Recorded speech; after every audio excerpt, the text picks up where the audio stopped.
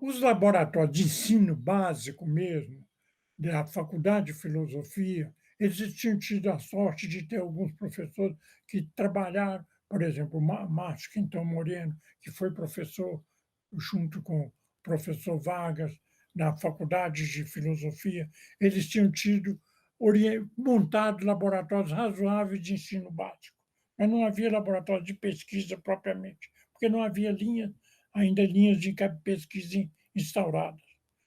Não estou me referindo ao Vargas, que ele tinha pesquisa, mas era mais físico-química, mas na física propriamente não havia uma, uma pesquisa instaurada. Então, no ensino, como eu estou dizendo, havia um laboratório de ensino razoável. A escola de engenharia era muito fraca nesse ponto, do ponto de vista. Mas a escola de engenharia é que tinha vamos dizer, mais recursos financeiros e que tinha o Instituto de Pesquisas Radioativas. O Instituto de Pesquisa Radioativa era ligado à escola de engenharia. Então havia assim, uma espécie de dicotomia, um negócio muito complicado, porque na filosofia você tinha o pessoal mais interessado em ciência, mas era uma escola mais pobre, então recursos com laboratórios bons de ensino, mas não tinha ainda um laboratório de pesquisa. E do outro lado você tinha escola de engenharia, que tinha o reator nuclear era ligado o reator era ligado à escola de engenharia, e o Instituto de Pesquisa Radioativa foi fundado dentro da escola de engenharia. O professor Magalhães Gomes fundou o Instituto de Pesquisas Radioativas dentro da escola, porque era a escola, a faculdade que tinha mais recursos. Era uma situação bastante complexa, mas foi com o tempo, foi ser uma. Me envolvi muito nessa coisa.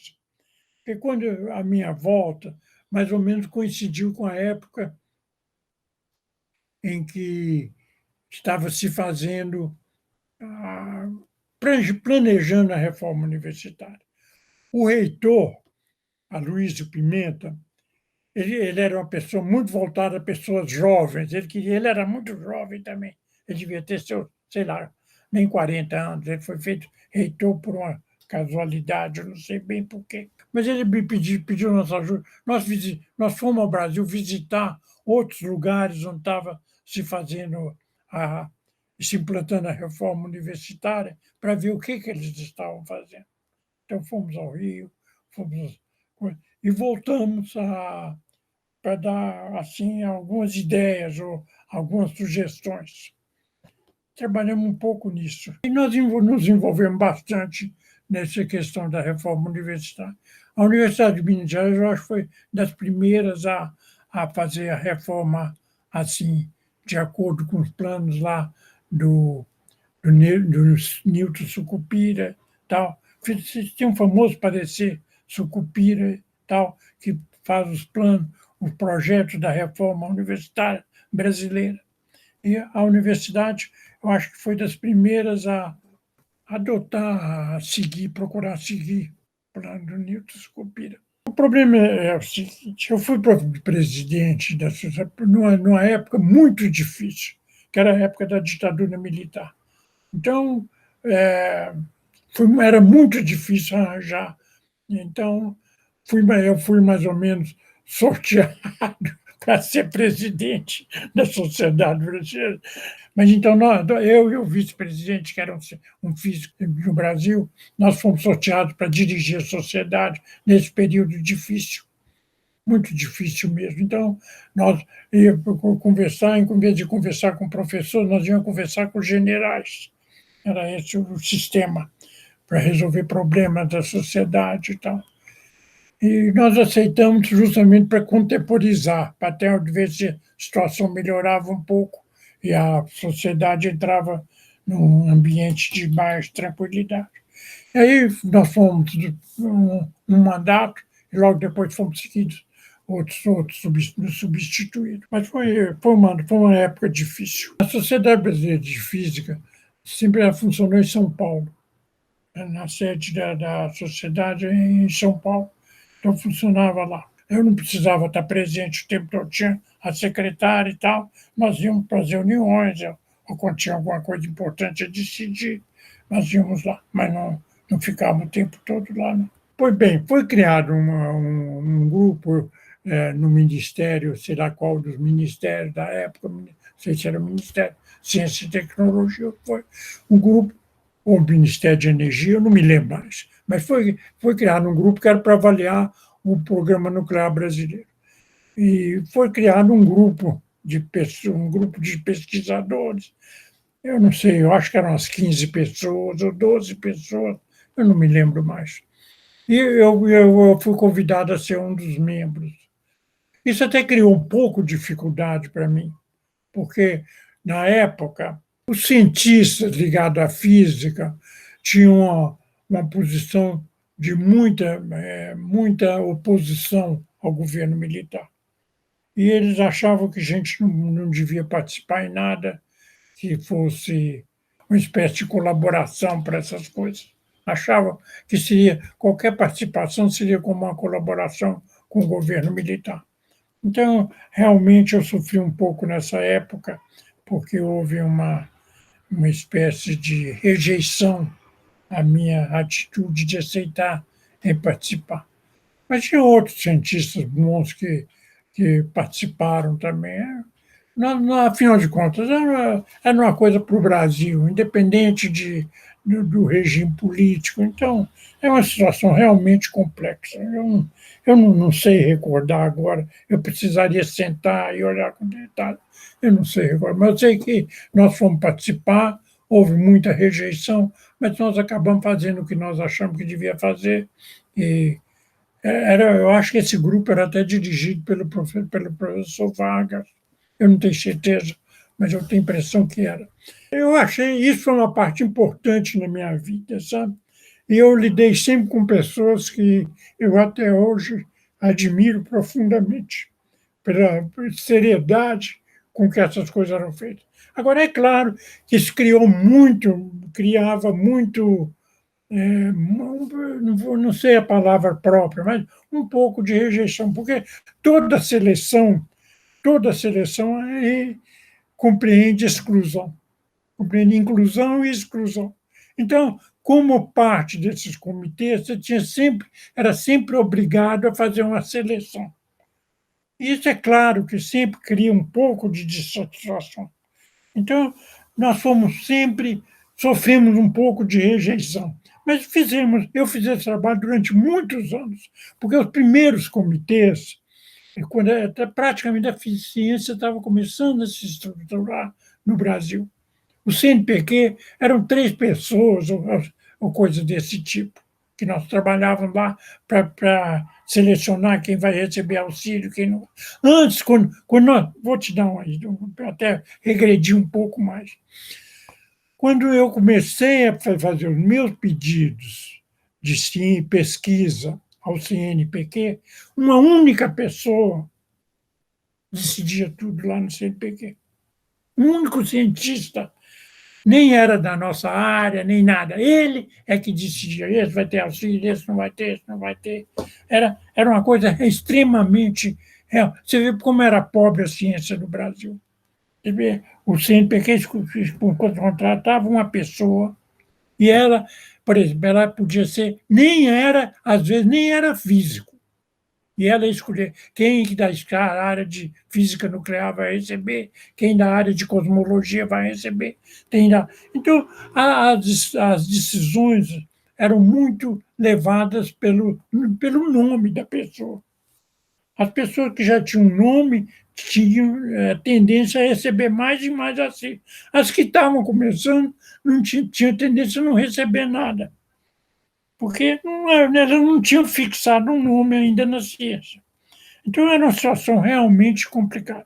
Na época que eu comecei a trabalhar, que foi o primeiro comitê de 3 pessoas, que era o Sérgio Rezende, eu e o Erasmo, nós 3. Então, já era um comitê um pouco mais complicado, mais complexo, porque o Erasmo era físico teórico e nós 2 físicos de área diferente. Então, começou aí que começou a ampliar o tamanho do comitê, as decisões, eu acho que se era um pouco mais, tinha mais base, porque tinha uma visão mais larga. E aí, desde com o tempo, foi aumentando.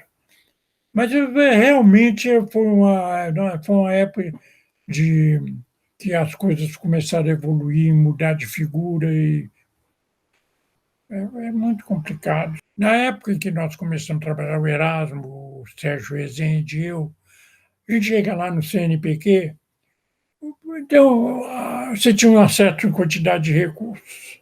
Agora, você tinha um nome, tinha um César Lattes. César Lattes era um nome já, um grande nome na ciência brasileira. Então ele fazia um pedido. Então a tendência era carregar todos os recursos para o César Lattes. Tem milhões, aquele recurso, você tem 90%, o César Lattes, o tipo de pesquisa que ele fazia, carregava uma quantidade imensa de recursos, porque partículas, lá na Bolívia, estudar partículas elementares, lá nos Andes e tal. Então, carregava muito recursos pela infraestrutura que exige. Não tem nada com eu tenho uma admiração profunda pelo César Lattes. Eu estou só falando o seguinte, pelo nome, a pessoa tentava carregar. Então, era muito difícil você mudar esse quadro, em que você tem um jovem cientista que chega e está começando a implantar seu laboratório, aí ele vai competir. Como é que ele vai competir com César Lattes? É muito difícil. Na época, em São Paulo tinha sido criada a FAPESP com imenso sucesso.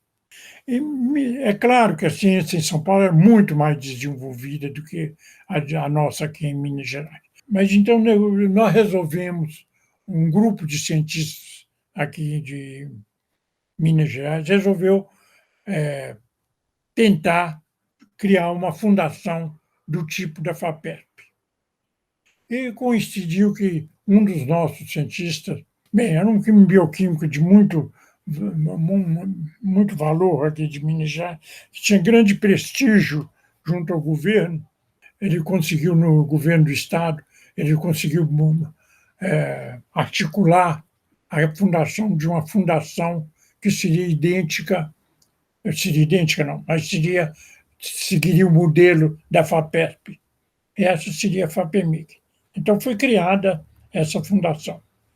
E no início ela teve um grande apoio, porque o governo que criou dava apoio, mas depois os governos sucessivos já não mantiveram o mesmo apoio. Mas a FAPEMIG funcionou muito bem no início. Ela foi sendo, aos poucos, modificada os seus objetivos, e hoje realmente é uma instituição quase inútil para a ciência mineira.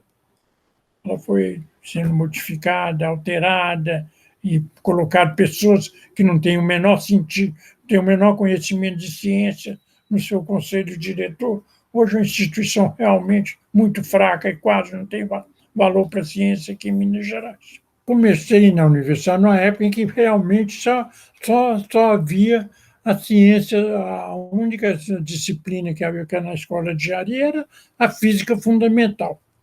Tá? Agora, nessa época que eu comecei, também coincide com a época em que o professor Magalhães Gomes estava tentando criar ele tinha sido muito assim estimulado pelo exemplo do reator nuclear lá do Fermi. Ele estava tentando montar um reator aqui na nossa universidade e comprou. Foi comprado, né, e instalado um reator aqui. Então, eu pertenço a essa época. Eu sou ligado, eu era ligado à escola de engenharia. Então, realmente, a minha disciplina era só a física fundamental. Sabe? Agora, quando eu fui para o exterior e fui fazer o meu doutorado, que eu fiz na Universidade de Colômbia. E quando eu regressei, aí já estava já tinha ocorrido a reforma universitária. E o curso da Escola de Engenharia tinha sido unido com os cursos da Faculdade de Filosofia ou estavam se unindo na época. Eu trabalhei um pouco nisso, na reforma universitária, na nossa universidade. E aí nós passamos, os professores não ficaram fixos, ligados a uma única disciplina.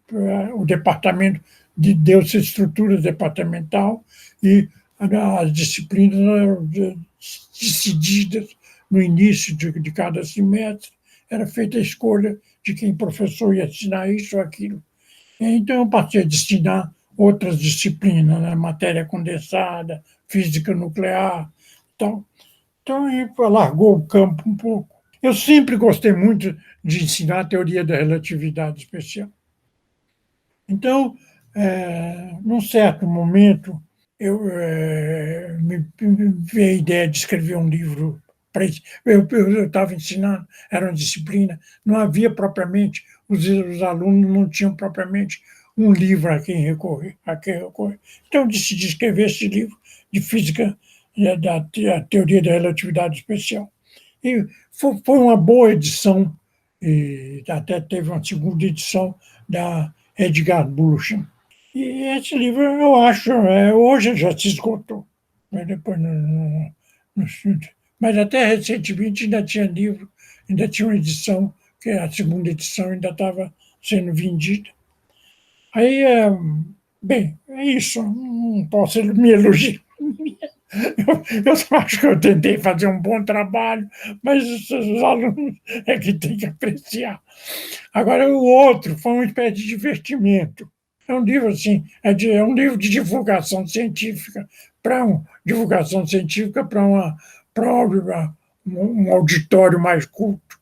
Quer dizer, quem tem medo e tem coragem de enfrentar um pouquinho. Então, é um livro, eu gosto dele, mas ele não foi editado pela universidade, e a universidade, em geral, não reedita seus livros. Então, esse livro eu acho que está morto já. É claro que eu acho fundamental, né? Eu acho que você tem que ter uma, um auditório. É importante que você divulgue a ciência não pode. Então, o cientista, eu acho importante que o cientista, de vez em quando, se, é, tome a coragem de escrever alguns livros assim de caráter mais geral para um auditório mais amplo. Mas é difícil de ficar pregando essas coisas. Eu acho que realmente as pessoas têm que ter uma visão mais geral. Não, eu até gostaria de escrever mais, mas agora já não me sinto mais com coragem de fazer isso. Alguns anos atrás, ou sei lá, 10 anos atrás, foram criadas algumas palestras de divulgação, e eu então fiz palestras sobre teoria da relatividade, de mini cursos. Um tema que eu sempre gostei muito foi teoria da relatividade. Então, eu dei mini cursos sobre teoria da relatividade, coisas desse tipo. Mas ultimamente eu não tenho participado de nada disso. Por exemplo, você tem um estudante que você sente que é realmente um estudante muito fraco, e ele tem uma ambição muito grande. O que você fala com o estudante desse? É muito difícil. Você desencoraja o cara de uma vez por todas. Fala, não, você desiste, porque você não vai ser capaz. Não. É muito difícil. Então, cada caso você tem que conversar com a pessoa e ver até onde você pode ir. É claro, em muitos casos eu reorientei o camarada. É claro, você tenta reorientar quando você vê que não. Mas em outros casos você encoraja o mais que você pode para dar um pouco para ele recuperar o que ele pode fazer. Mas é muito difícil falar de uma maneira geral o que você deve fazer, o que você não deve fazer. Isso é realmente um caso em que você enfrenta o camarada e vê o que você descobre nele, o que você acha. É claro, é isso que você colocou, é muito frequente, foi muito frequente na minha vida. A pessoa vir pedir conselho. Você, por exemplo, você vem um que você sabe que é um camarada que você deve encorajar ao máximo, né? E outro que é uma pessoa que você deve desencorajar ao máximo, porque realmente ele vai perder o tempo dele, podia estar fazendo uma coisa útil, e o camarada tem um sonho, porque todo mundo tem seus sonhos, né? Ele tem um sonho de fazer uma física tal, teórica, de partir. E você vê que a pessoa não tem não tem, não tem a forma, ou não tem mesmo a capacidade intelectual para entrar naquilo, né? Então é muito difícil, é cada caso, você tem que sondar com cuidado para conversar, para também não desencorajar a pessoa, não deixar a pessoa morrer todas as esperanças dela. É muito. Eu enfrentei isso que você está falando, eu enfrentei várias vezes na minha vida, várias vezes. E sempre eu tive dificuldade de procurar qual é a solução adequada para esse camarada. E sempre achei, sempre tive dificuldade. Mas acho que você deve procurar e tentar procurar ele a solução que você acha mais adequada, sem desencorajar de todo, né? Quer dizer, você tem um estudante, realmente. Eu acho, minha carreira científica, vamos dizer assim, realmente começou com o sucesso de César Lattes lá no exterior. Né? Eu estava em plena na juventude, na primeira juventude, né? Eu era bem jovem, bem novo, quando o César Lattes estourou como grande cientista. Então, aquilo teve uma influência muito grande na juventude brasileira. Era um modelo, né? Uma pessoa que realmente destacava numa física nova. Então, é isso.